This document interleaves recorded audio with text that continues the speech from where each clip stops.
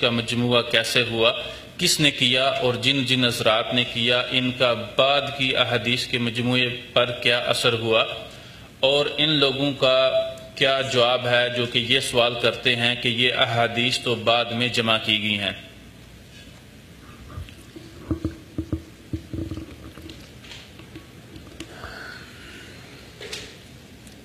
ہر چیز کی ایک ابتدا ہوتی ہے، ایک اس کی ترقی ہوتی ہے، ایک اس کا عروج ہوتا ہے، ایک اس کی تکمیل اور انتہا ہوتی ہے۔ یہ کوئی ایسی بات نہیں ہے جس پر غور کرنے کی ضرورت ہو۔ قرآن حکیم بذات خود 23 برس میں نازل ہوا ہے۔ 23 برس میں قرآن کریم کے نازل ہونے سے قرآن کریم پر کوئی اثر نہیں پڑا۔ وحی الہی ہے، اللہ کا وعدہ تھا، اللہ نے اس کی تکمیل کر دی۔ نبی علیہ الصلوۃ والسلام جب دنیا سے گئے ہیں اس وقت قرآن کریم لوگوں کے سینوں میں محفوظ تھا۔ آپ نے سنا ہوگا اور ساری دنیا جانتی ہے کہ ابوبکر صدیق رضی اللہ تعالیٰ عنہ نے قرآن کریم جمع کیا۔ حضرت عثمان کو بھی جامع قرآن کہتے ہیں، کوئی شک ہے اس میں؟ نبی صلی اللہ علیہ وسلم کے بعد ابوبکر صدیق کے زمانہ خلافت میں قرآن جمع ہونے کی وجہ سے قرآن کریم پر اعتماد میں کوئی کمی آئی؟ حضرت عثمان نے ایک مصحف تیار کر کے سرکاری طور پر اسے پوری دنیا کے اندر اسلامی قلم رو میں نشر کیا۔ اس سے قرآن کریم کے اعتماد میں کوئی کمی آئی؟ کن لوگوں نے اعتماد نہیں کیا؟ ان لوگوں نے جو ابوبکر صدیق کو مومن نہیں سمجھتے، انہوں نے جو عثمان کو مومن نہیں سمجھتے۔ تو قرآن کریم اگر اتنی مدت بعد جمع ہو کر دنیا میں پھیلا ہے تو اس سے کوئی فرق نہیں پڑا۔ بنیادی طور پر کسی بھی چیز کی حفاظت، خاص طور پر دین کی حفاظت، اس کے لیے اصل چیز میں نے جیسے پہلے عرض کیا سینے ہیں۔ یہ باقی ہر چیز اس کی امداد ہے، تحریر اس کی امداد ہے، تحریر بنیاد نہیں ہے۔ اگر تحریر بنیاد ہوتی تو قرآن کریم بھی آسمان سے لکھا ہوا آتا ہے۔ قرآن کریم آسمان سے کیسے آیا ہے؟ جبریل نے آگے پڑھ کے سنایا نا، لا تحرک به لسانک لتعجل به ان علینا جمعه وقرآنہ فاذا قرأناه فاتبع قرآنہ۔ نبی صلی اللہ علیہ وسلم کے سینے میں پہلے محفوظ ہوا ہے، اس کے بعد نبی صلی اللہ علیہ وسلم کاتبین وحی کو بلا کر لکھاتے تھے، اور اس کے ایک مدت کے بعد پھر اس کو جمع کیا گیا۔ لیکن اللہ کے فضل سے اس طریقہ کار کی وجہ سے قرآن کریم میں کوئی کسی قسم کا کوئی حرف کمی بیشی نہیں آئی۔ ویسے بھی حضرت موسیٰ علیہ السلام کو تورات کیسے ملی تھی آپ جانتے ہیں یا نہیں؟ تختیوں پر لکھی ہوئی ملی تھی۔ اس کا کیا حشر ہوا؟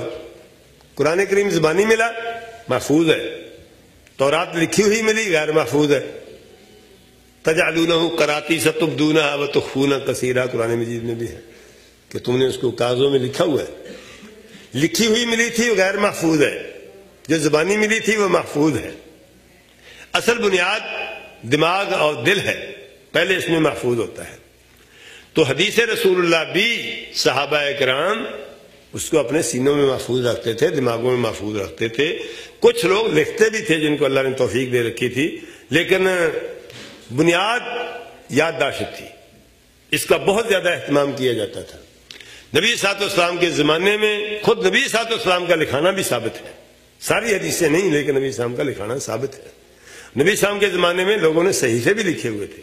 حضرت عبداللہ بن عمر بن عاص کا صحیفہ صحیفۃ الصادقہ کے نام سے معروف ہے، انہوں نے لکھا ہوا تھا۔ حضرت ابو ہریرہ رضی اللہ تعالیٰ عنہ کا صحیفہ بھی موجود تھا۔ حضرت ابو ہریرہ رضی اللہ تعالیٰ عنہ نے اپنا صحیفہ جو لکھا ہوا تھا اس کی تلخیص اپنے ایک یمنی شاگرد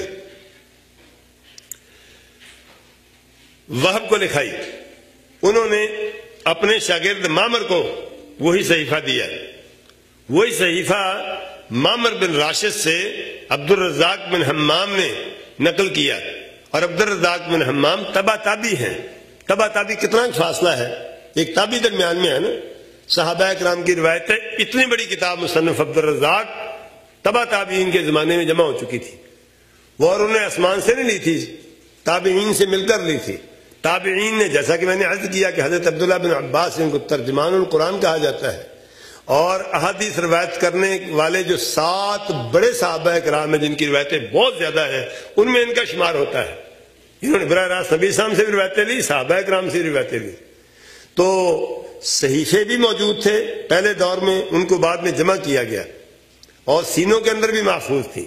آج اگر کوئی شخص یہ کہے کہ میرے پاس تو سی ڈی ہے، تیرے پاس کیا ہے، تو جواب میں کہیں گے میرے پاس یہ کتابیں پڑھی ہیں، مگر کتابوں کی کیا حیثیت ہے، کیسے اس میں تلاش کریں گے آپ کی؟ یہ بھی کوئی طریقہ ہے، یہ تو پرانا طریقہ ہو چکا ہے، کوئی شک نہیں پرانا طریقہ ہے، لیکن آج کی سی ڈی کا متبادل کل کتابیں تھیں، اور جب کتابیں نہیں تھیں ان کا متبادل سینے تھے، انسان ہوتے تھے۔ آج اگر کوئی بات آپ کہیں لکھتے ہیں، کسی کو حوالہ دیتے ہیں، تو کیا کہتے ہیں کہ یہ بخاری شریف میں لکھی ہوئی ہے، مسلم شریف میں لکھی ہوئی ہے۔ سوال یہ بتا رہا ہے کہ یہ بخاری شریف کس کا حوالہ، کس کتاب کا حوالہ دیتے ہیں؟ بخاری حوالہ دیتے ہیں مکی بن ابراہیم کا، بخاری حوالہ دیتے ہیں آمش کا، بخاری حوالہ دیتے ہیں حمیدی کا۔ ہم کتابوں کا حوالہ دیتے ہیں، اس وقت کتابوں کا متبادل انسان ہوتے تھے، وہ انسانوں کا حوالہ دیتے ہیں۔ ایمانداری سے بتائیں کتاب مضبوط ہے کہ انسان مضبوط ہے؟ انسان۔ تو ائمہ حدیث نے جو حوالے دیے ہیں وہ ہمارے حوالوں سے زیادہ مضبوط ہیں۔ ہم بیوقوفی سے اپنے حوالوں پر تو اعتماد کرتے ہیں اور ائمہ کے حوالوں پر اعتماد نہیں کرتے۔ اور کتابوں کا معاملہ بھی ہے، میں لکھ دوں تو وہ بھی کتاب بن جاتی ہے، یہ لکھ دے وہ بھی کتاب بن جاتی ہے، وہ لکھ دے وہ بھی کتاب بن جاتی ہے۔ ائمہ نے تو کھال اتاری ہے ان انسانوں کی جن سے روایتیں لی ہیں۔ نماز روزہ ان کا کیسا تھا، دیانت امانت ان کی کیسی تھی، اللہ اللہ کس طرح کرتے تھے، دماغ ان کا کیسا تھا، یادداشت ان کی کیسی تھی، سوچیں ان کی کیا تھی، ایک ایک چیز کو جانچا اور پرکھا ہے۔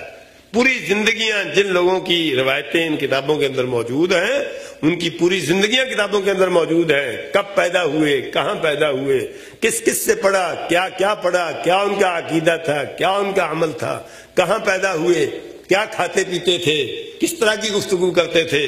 زندگی میں کسی آدمی سے ایک جھوٹ منہ سے نکلا، ائمہ حدیث نے اس کی ساری روایتیں کنڈم کر دی کہ اس کی بات سننے کے قابل نہیں۔ کسی حدیث کے اندر، روایت کے اندر ایسا راوی آ جائے جس پر تہمت لگ جائے جھوٹ کی، متہم بالکذب کہتے ہیں، یہ نہیں کہ جھوٹ دلائل سے عدالت کے اندر ثابت ہو، تہمت لگ جائے جھوٹ کی، تو اس حدیث کو موضوع حدیث کہتے ہیں۔ محدثین کے نزدیک موضوع حدیث بیان کرنا بھی حرام ہے۔ تو یہ اللہ کا دین اللہ کے رسول کے ذریعے ہم تک پہنچا ہے، یہ سونا ہے، اس کے بارے میں سوچنا کہ کسی مرحلے کے اندر اس میں کوئی کمی خرابی آئی ہوگی، سوال ہی پیدا نہیں ہوتا۔ چلیے اور